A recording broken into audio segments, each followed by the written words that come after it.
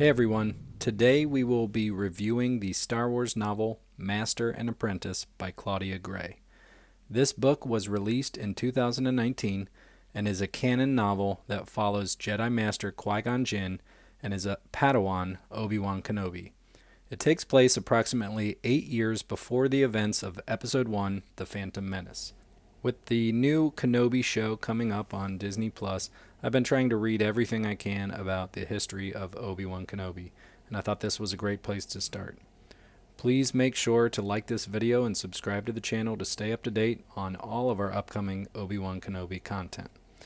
Now, this story revolves around Qui-Gon and Obi-Wan being sent to the planet of Pijal to represent the Republic during the signing of a treaty which will expand the hyperspace corridors in the Outer Rim.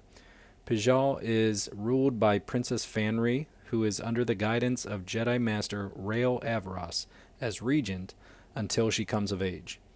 The signing of the treaty will be her first act as a newly coronated queen, and will give democratic rule to the people of Pijal, making her status of queen more symbolic than anything.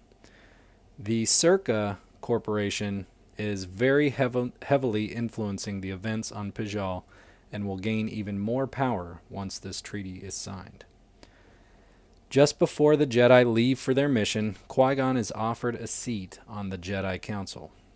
We learn that he often questions the direction of the Council, and so his invitation is a sign that they are open to new ideas. Although we do learn that Grand Master Yoda was against the invitation.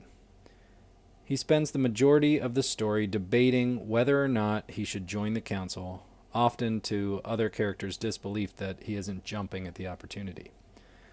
We also really get to learn about the relationship between Qui-Gon and Obi-Wan. The two are often at odds with each other, and both question if Obi-Wan's apprenticeship should continue under Qui-Gon's teachings. Obi-Wan feels that his master does not believe in him, and Qui-Gon doubts his ability to properly train the Padawan frequently throughout this book. The biggest betrayal of trust between the two of them comes when Obi-Wan learns of his master's invitation to the council, which would undoubtedly end his time as Qui-Gon's Padawan. He does not hear this news from his master and feels tossed to the side. The pair of Jedi arrive on Pijal and meet with Rael Avaras. Rael was a Padawan to Dooku, as was Qui-Gon. He was brought to the Jedi as a 5-year-old, which at the time made him the oldest, if not one of the oldest children to ever become a Padawan or youngling. This made him a little less attached to the ways of the Jedi and more independent in his style, way of speaking, and way of dressing. We learn that he killed his Padawan, Nim Piana, when she was under the control of a slicer dart. He made the choice to kill her to protect and save a group of hostages that they had been sent to free. This has haunted him ever since, and so his assignment as regent to Princess Fanry has been his chance to redeem himself. He is determined not to fail her. As the story unfolds, we learn that the Circa Corporation is using slaves to run their business empire. Qui-Gon reads the treaty that is set to be signed and determines that it gives Circa nearly endless power on the Pijal system, where they can exploit the citizens of the moon and basically control the government on the planet itself. Former Circa slave and jewel thief Rahara, along with her partner Pax, assist the Jedi in their investigation of an opposition party on the planet. A group that started with innocent pranks have been accused of escalating to using weapons, explosives, and more extreme forms of protest. They learn that there is a separate militant group referred to as the Blackguards who are performing the more deadly protests, framing this less dangerous opposition group. Their information about this falls on deaf ears when Qui-Gon reports this to Avaras. Qui-Gon begins having visions about danger during the coronation ceremony and treaty signing.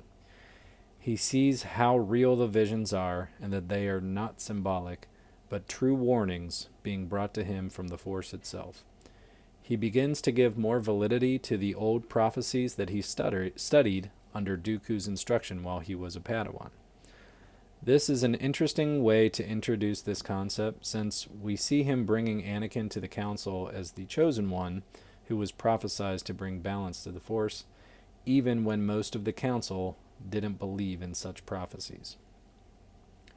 Qui-Gon refuses to represent the Republic for the signing of the treaty. He thinks the Jedi should stand up to slavery, and this treaty gives more power to the slavers. Obi-Wan reports this to the Council, and they elect him to be the representative for the Republic during the ceremony. Qui-Gon is understandably upset when he hears this news, but is also in a way proud of his Padawan for doing what he felt was right, even if it was going against his master. Qui-Gon often questioned authority, so he couldn't help but appreciate that Obi-Wan was doing the same. In the end, it was Princess Fanry herself who was directing the Blackguards and their violent attacks. She violently took absolute power back from the government after her coronation.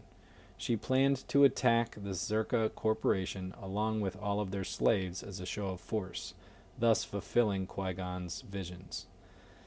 The Jedi are able to stall her so that she could be captured and work with the remaining officials to establish a democratic government, permanently abolishing slavery on Pijal. Qui-Gon returns to the Council and declines their offer to join them.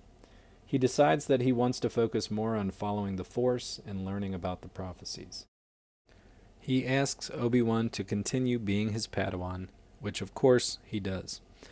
Obi-Wan tells him that he has learned to appreciate having a master that doesn't always agree with him, as it helps him grow as a Jedi. The story ends with them gaining respect for one another, learning that their differences are what make them a good team, and shows them becoming and growing more as friends. The best parts of this book were the interactions between Qui-Gon and Obi-Wan.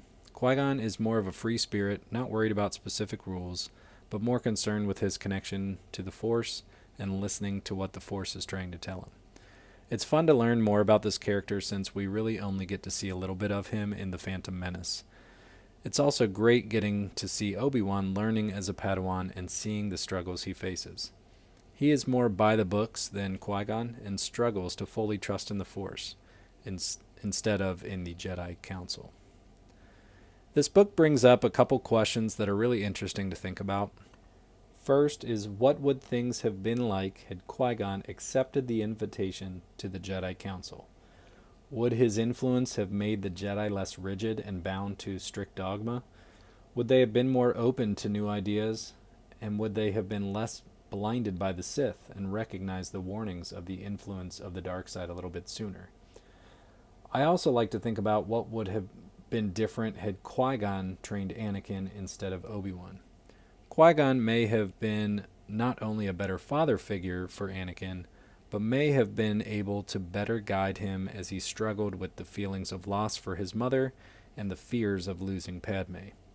Don't get me wrong, I love the character of Obi-Wan, but he was more like a brother to Anakin, and if he was very strict in keeping to the Jedi Code, he may not have been the best person to help Anakin as he struggled. It's fun to think about what could have been.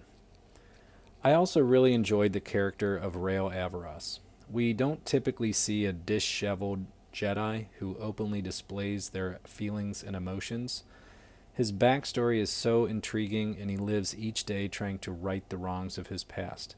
He even visits his old master Dooku at the end of the story, where Dooku tries to convince him to study the darker aspects of the Force, which Avaras declines, and he returns to Coruscant. I honestly would love a book or comic about Rael's younger years, as I think it could be extremely entertaining.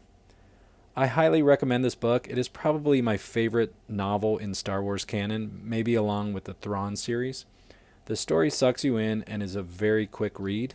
This would be a great book to start with if you were just looking to get into reading Star Wars, and would be a nice precursor to reading the new Star Wars Brotherhood, which follows Obi-Wan and Anakin on their missions as Master and Padawan.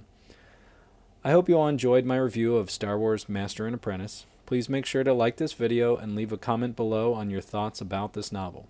If you haven't already, please subscribe to the channel to stay up to date on all of our Star Wars reviews. Thanks, and may the Force be with you.